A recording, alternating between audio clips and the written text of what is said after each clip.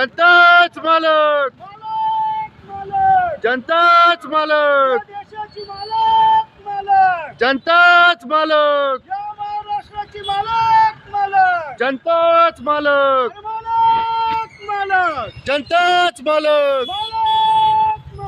जनताच मालक, या देशाची मालक, जनताच मालक, या महाराष्ट्राची मालक. जनताच मालक. नमस्कार, मी निर्भय महाराष्ट्र पार्टी निपाड तालुका अध्यक्ष संतोष यादवराव सुरडकर.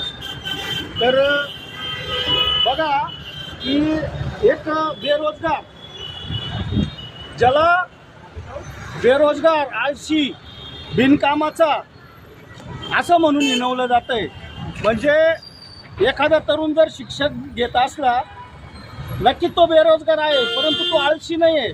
या देशाचं तो भविष्य आहे आणि तुम्ही त्यांना बेरोजगार, आळशी म्हणून हिणवता, हे कितपर्यंत योग्य आहे? त्याचप्रमाणे तुम्ही आंदोलन करणाऱ्या सर्वसामान्य विद्यार्थ्यांना आतंकवादी म्हणता. आम्ही आतंकवादी आहे का? आणि आहे तर मग गोळ्या घाला, आम्हाला जिवंत फासावर लटकावा, परंतु आम्ही आमच्या शिक्षणाचा हक्क सोडणार नाही.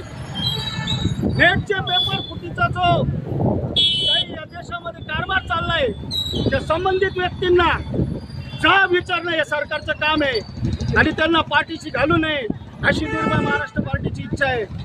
निश्चितच या देशामध्ये जो तरुणांवर अत्याचार होतोय, लाठीचार होतोय, या गोष्टीचा आम्ही निषेध करतोय.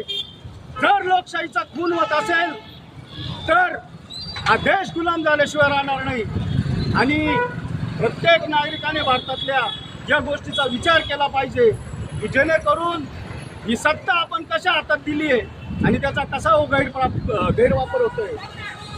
आज सर्वश्रेष्ठ समजलं जाणारं एकच हत्यार म्हणजे शिक्षण, आणि त्यापासून जर तुम्ही विद्यार्थ्यांना वंचित ठेवत असाल आणि त्या विद्यार्थ्यांनी जर आंदोलन केलं आणि त्या आंदोलनाला जर तुम्ही दहशतवाद म्हणत असाल तर इतकं कसं तुम्ही निष्ठुर झाले आहात. लोकशाहीला तुम्ही काळीमाप असतात, तिचा गळा घोटून टाकला, तिला फासावर लटकवलंय. या गोष्टीचा आम्ही जाहीर निषेध करतो. अरे मालक, मालक, जनताच मालक, मालक, जनताच मालक. लाचखोर भ्रष्टाचारी, हेच करे देशद्रोही, लाचखोर भ्रष्टाचारी, हेच करे देशद्रोही. मालक. जनताच मालक.